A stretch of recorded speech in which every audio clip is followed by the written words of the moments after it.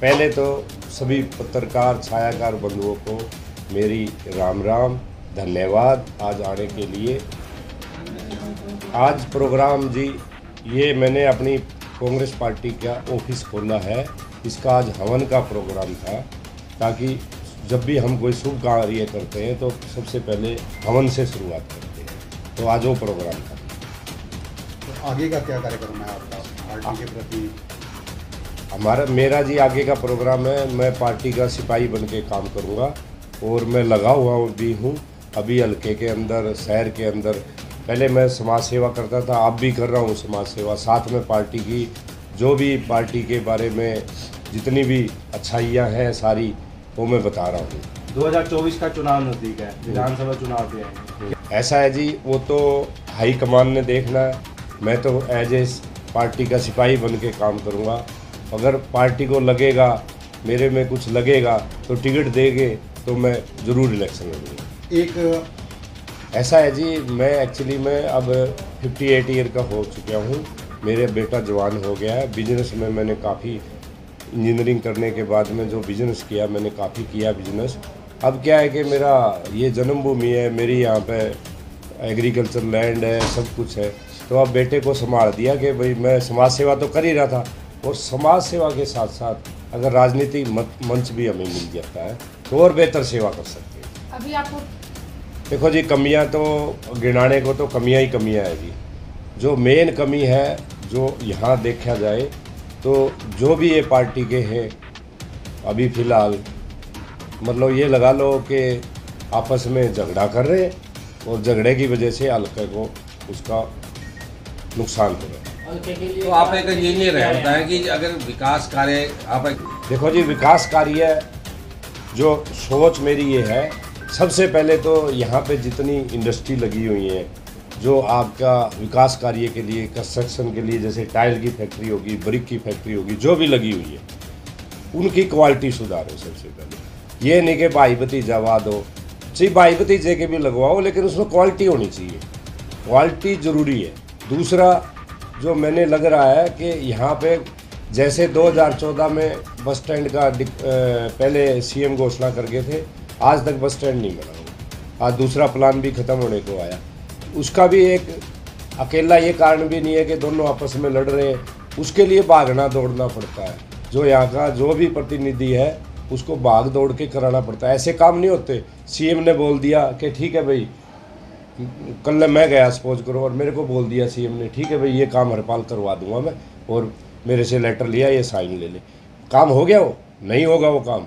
उसके पीछे पीछे फाइलों के 70 तरह की अप्रूवल होती है, भागना पड़ता है, दौड़ना पड़ता है। फिर यहाँ पे जैसे कार्य शुरू होता है तो उसका वाच करना पड़ता है कि ये क्वालिटी का कार्य कर रहा है या नहीं कर रहा है, तब जाके डेवलपमेंट होती है एक्चुअल में जाना चाहिए। तो आपने क्या? मैंने यही खाका तैयार किया है। अगर मेरे को टिकट मिलता है और मैं जीत जाता हूँ तो मेरा पहला लक्ष्य यही होगा कि सबसे ज़्यादा रोज़गार हल्के में दिए जाए।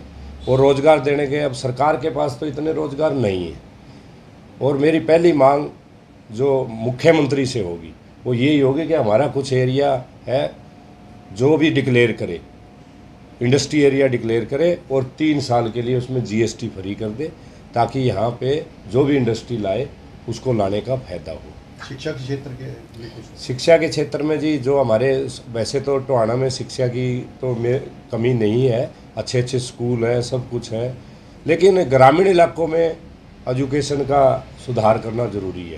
भाई स्कूलों में स्टाफ होना चाहिए, सबसे पहले ज़रूरी है। इंफ्रास्ट्रक्चर होना चाहिए। अगर कुछ कमज़ोर है तो उसके लिए भी फंडिंग ला के और उसको ठीक किया जा सकता है। सबसे ज़रूरी है स्टाफ, जो अध्यापक, जहाँ जहाँ अध्यापक कम है उनको पूरा किया जाए। कांग्रेस पार्टी की नीतियों को ऐसा है जी, मैं तो अपने लगा हुआ हूँ जी। वो तो पार्टी का हाईकमान अगर संगठन बनाएगा तो उनके साथ भी चलेंगे काम करना। हमें तो मेन बात है कि काम करना है, पब्लिक के लिए काम करना है। ये तो एक कांग्रेस का मंच है जो मैंने लिया हुआ है।